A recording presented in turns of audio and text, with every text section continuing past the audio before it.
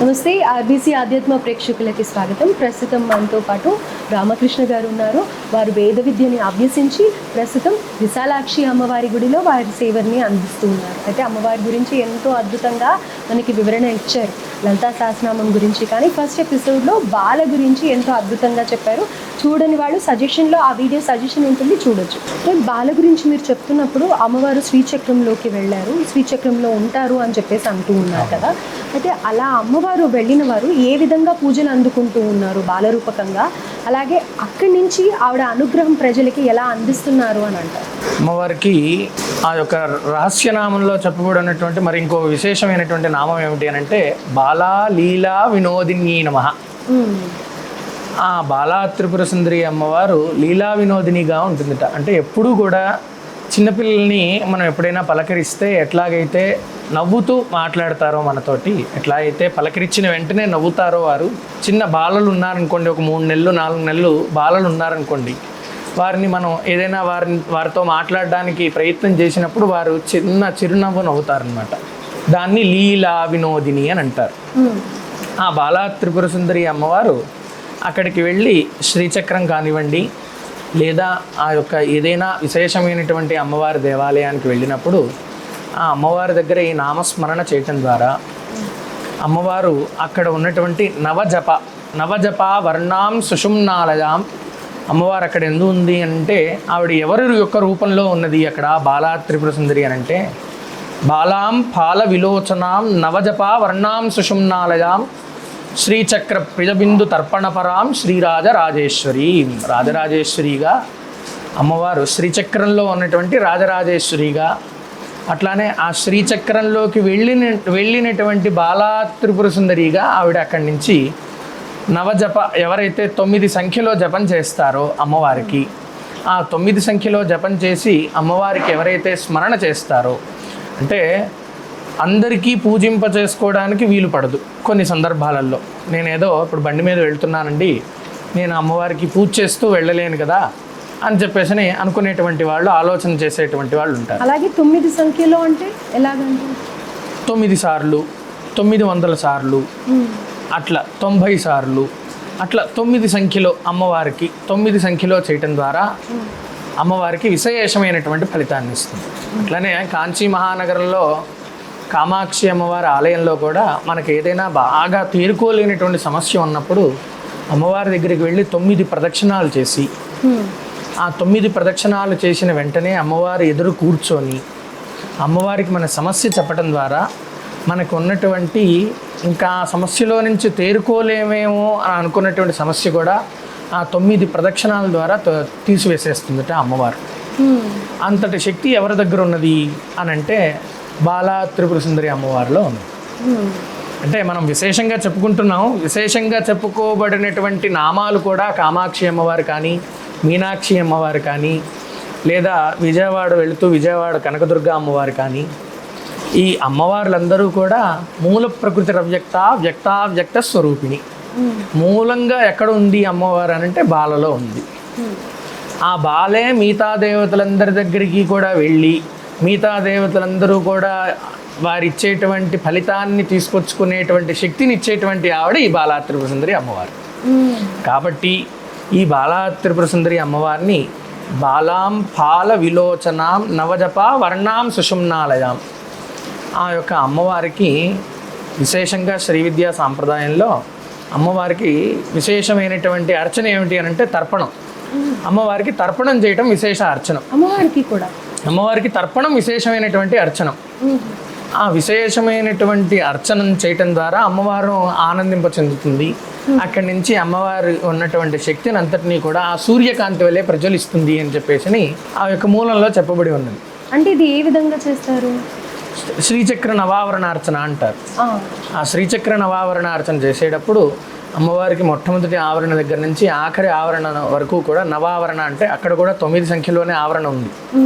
ఆ 9 సంఖ్యలో ఉన్నటువంటి ఆ ఆవరణార్చన అంత వరకు కూడా మూలం దగ్గర మొదలుపెట్టినప్పటి నుంచే అయ్యేంత వరకు కూడా అమ్మవారికి ఆ చుట్టుపక్కల పాత్రలు పెట్టుకోవటం, ఆ పాత్రల్లో నుంచే తర్పణం చేయటం, ఇదంతా కూడా అమ్మవారికి విశేషమైనటువంటి పూజా కార్యక్రమం. ఆ విశేషంగా తర్పణం చేస్తూ అమ్మవారిని ఎవరైతే స్మరిస్తారో అంటే మామూలుగా ఉన్నటువంటి వాళ్ళకి సాధ్యపడినప్పటికీ కూడా ఆ యొక్క స్మరణ చేసినటువంటి పుణ్య ఫలితం, ఆ పూజ చేసినటువంటి పుణ్య ఫలితం, ఆ తర్పణం చేసినటువంటి పుణ్య ఫలితం మన దగ్గరికి రావాలి, మనం కూడా ఆ యొక్క ఫలితాన్ని వర్తించాలి అని అంటే ఈ యొక్క స్మరణ చేసుకోవచ్చు అన్నమాట. బాలా లీలా వినోదిన్యై నమః అని నామస్మరణ చేయటం ద్వారా అమ్మవారు విశేషమైనటువంటి సూర్యకాంతి కనుక మన మీద ఏదైనా బాగా అనారోగ్యం చేసినటువంటి వాళ్ళకి చాలామంది కొద్దిమంది డాక్టర్లు చెప్తూ ఉంటారనమాట, మీరు కాసేపు వెళ్ళి ఎండలో నించోవాలండి పొద్దున పూట, అది తక్కువ అవటం వల్లే మీకు అనారోగ్య బాధ చేస్తోంది. అట్లా ఎప్పుడైతే సూర్యుడి వెలుగు మన మీద పడుతుందో అప్పుడు మనకు ఉన్నటువంటి కొంచెం ఉన్నటువంటి అనారోగ్య బాధలన్నీ పోతాయి. అట్లా ఆ అమ్మవారు ఆ యొక్క తేజోకాంతిని అమ్మవారు అట్లా సూర్యుడి కాంతి వల్లే ప్రజ్వలిస్తూ ఆవిడ యొక్క ఆ మంత్రశక్తిని అంతటినీ కూడా, ఆవిడికి ఉన్నటువంటి మనం చేసినటువంటి ఆ శక్తిని అంతటినీ కూడా ఆవిడ తీసుకొని ఆవిడ ఇవ్వవలసినటువంటి ఫలితాన్ని అంతటినీ కూడా మనకు అందిస్తుంది అని చెప్పేసి ఈ యొక్క నామార్థం. అయితే ఇప్పుడు మంత్రోపదేశం తీసుకున్న తర్వాతే బాల కానీ లేకపోతే ఇంకా ఏ అమ్మవారి గురించి అయినా చెయ్యాలి, ఉపాసన చేసే వాళ్ళే ఇవన్నీ జపాలు చేయాలి అని అంటారు కదా, పారాయణ చేయాలి. మరి అలాంటప్పుడు మీరు ఏవైతే ఇందాక సుధాసాగర మధ్యస్థ కానీ లేకపోతే ఇప్పుడు చెప్పిన మంత్రం కానీ ఇది మరి మామూలుగా మీరు చెప్పారని చెప్పి విని అవి పఠించడం చేయొచ్చా, ఎలా అంటారు? చేయొచ్చు. ఎందుకు అనంటే అమ్మవారు శ్రీ విద్యా సాంప్రదాయంలో ఉన్నటువంటి మంత్రాలన్నీ కూడా చెప్పలేము, అందరూ కూడా ఆ నోరు తిరగదనో లేదంటే కనుక అమ్మవారు వారు చేసేటువంటి భక్తి లోపమో శ్రద్ధ లోపమో ఏదో వస్తుందనో అమ్మవారికి శంకర భగవత్పాదులు ఈ యొక్క లలితా రహస్యనామాన్ని రచింపజేశారు. మనందరికీ కూడా లలితా రహస్యనామాన్ని అందించారు. ఆ అందించినటువంటి నామం పురాణోక్త నామం అంటారనమాట. ఇవన్నీ కూడా ఈ యొక్క మంత్ర పఠనం చేయటం ద్వారా మాత్రమే, లేదా ఈ యొక్క ఏదో ఒక నామం తీసుకొని ఆ నామాన్ని రికార్డు చేసుకొని ఆ రికార్డింగ్ వింటూ వింటూ వింటూ వింటూ వింటూ వింటూ ఉండగా కూడా మనకి ఫలితాన్ని ఇస్తుందట అమ్మవారు. అంత శక్తి ఉన్నది ఈ యొక్క నామాల్లో, రహస్యనామాల్లో, లలితా రహస్యనామాల్లో అంత విశేషమైనటువంటి ఫలితం ఉంది. కాబట్టి దీనికి మంత్రానుష్ఠానంతో లేదంటే కనుక ఉపదేశంతో సంబంధం లేకుండా ఎవరైనా ఆ నామం ఎట్లా ఉన్నదో ఆ నామాన్ని పద్ధతిగా చూస్తూ దాన్ని చదువుకోవచ్చు. అది 9 సంఖ్యలో చెప్పాను కదా, 9 సంఖ్యలో 9 సార్లు, 90 సార్లు లేదా 900 సార్లు అట్లా 9 సంఖ్యలో అమ్మవారికి జపం చేయటం ద్వారా, అంటే మనం ఈ 9 సంఖ్యలో చేస్తూ ఏదైనా అటు ఇటు చూసామండి లేదా ఎవరో వచ్చి మాట్లాడామనండి అని అంటే తద్వారా అంటే మనం కొంతమందికి ఆలోచన రావచ్చు, దీని గురించి మాట్లాడేవాళ్ళు కూడా కొంతమంది ఉండొచ్చు. 9 సంఖ్య అంటే 9 సంఖ్యలోనే ఎట్లా చేయడానికి వీలవుతుందండి, ఒకసారి మర్చిపోయి ఇంకొకటి ఎక్స్ట్రా చేస్తాం అప్పుడు 10 అవుతుంది కదా అని. ఆ 10ది ఎప్పుడైనా సరే అట్లా ఎప్పుడైనా చేసినప్పుడు ఇప్పుడు 90 సార్లు చేసాం, ఇంకో 10 సార్లు చేసి దాన్ని 100 సార్లు పూర్తి చేసుకొని ఈ 90 సార్లు మాత్రమే అమ్మవారికి అంకితిస్తున్నాము, ఈ 10 సార్లు నేను చేసినటువంటి ప్రాయశ్చిత్త కర్మ వల్ల తీసేస్తున్నాను అనంటే ఎవరో వచ్చి మనం మాట్లాడించారు, నేను నామస్మరణ చేస్తున్నాను కూర్చొని ఒక దగ్గర, ఎవరో బాగున్నారా అండి అని అడిగితే బాగున్నానండి అని అన్నాను. వెంటనే నా నామస్మరణ చేసినటువంటి ఫలితం పోయింది కదా, 90 సార్లు చేసిన ఫలితం. అక్కడి నుంచి మనం ఏదో కౌంటర్ పెట్టుకున్నాం, లెక్కేస్తే దాంట్లో 89 సార్లు 90 సార్లు దాంట్లో ఉంది. ఇంకో 10 సార్లు ఎక్స్ట్రా చేసి ఆ 10 సార్లు అమ్మ మధ్యలో అశ్రద్ధగా చేశాను కాబట్టి, వేరే ఎవరో వస్తే పలకరించాను కాబట్టి, అంటే అమ్మవారి ఈ పలకరించటం కూడా అమ్మవారి యొక్క లీల అనమాట. చేయగలుగుతారా లేదా ఈ సంఖ్యని ఎటువంటి ఆటంకం లేకుండా, ఒకవేళ ఆటంకం వచ్చినా కల్పించినా పూర్తి చేయగలుగుతారా లేదా అనేటువంటిది అమ్మవారి యొక్క బాలా లీలా వినోదిన్యై నమః.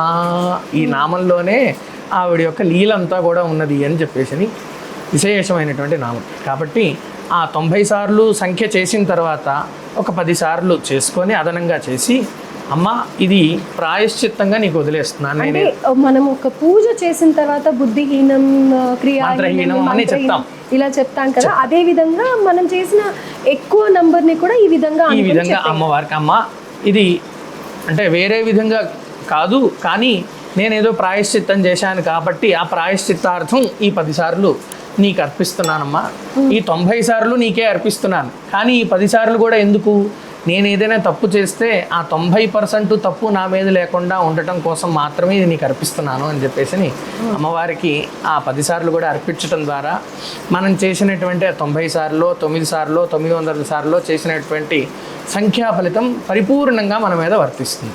కాబట్టి ఈ నామస్మరణ ఎవరైతే భక్తి శ్రద్ధలతో కేవలంగా అంటే మనం ఏదో సంకల్పం పెట్టుకోనో లేదంటే కనుక ఏదో కామ్యం కోసమోనే కాకపోయినప్పటికీ కూడా మనకి ఏమీ తోచట్లేదు, కూర్చున్నాం ఒక దగ్గర ఏదో పని చేసి ఏదో ఆలోచన వచ్చేదానికంటే ఒక దగ్గర కూర్చొని ప్రశాంతంగా ఈ నామస్మరణ చేయడం ద్వారా మనకు ఉన్నటువంటి దగ్గరికి రాబోతున్నటువంటి దుష్టశక్తులు కానివ్వండి, దగ్గరికి రాబోతున్నటువంటి ఇబ్బందులు కానివ్వండి అన్నీ కూడా తొలగిపోతాయిట ఈ ఒక్క నామంతో.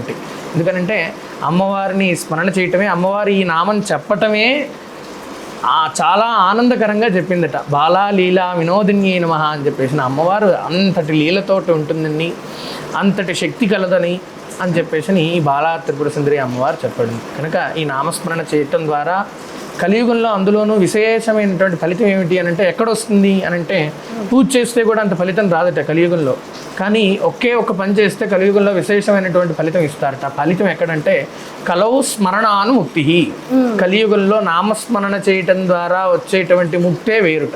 అయితే పూజ ప్రాసెస్ ఏదైతే ఉంటుందో అదంతా కూడా అవసరం లేదు, నామం చెప్పి చేసుకోలేనటువంటి వాళ్ళు అవసరం లేదు అని మనం అనుకోకూడదు. చేసుకోలేనటువంటి వాళ్ళు ఈ నామస్మరణ చేయటం ద్వారా ఆ పూజా ఫలితం అంతా కూడా వస్తుంది అని చెప్పేసి సాక్షాత్తుగా ఈ రహస్యనామంలోనే అమ్మవారు చెప్పబడింది అని చెప్పేసి శంకర భగవత్పాదులు చెప్పారు. ధన్యవాదాలండి రామకృష్ణ గారు, ఎంతో అద్భుతంగా మాకు ఒక్కొక్క నామ వివరణ అలాగే ఎందుకు చదువుకోవాలి, ఏ విధంగా చదువుకోవాలి అనేది కూడా ఎంతో అద్భుతంగా తెలియజేశారు. ధన్యవాదాలు. సంతోషం.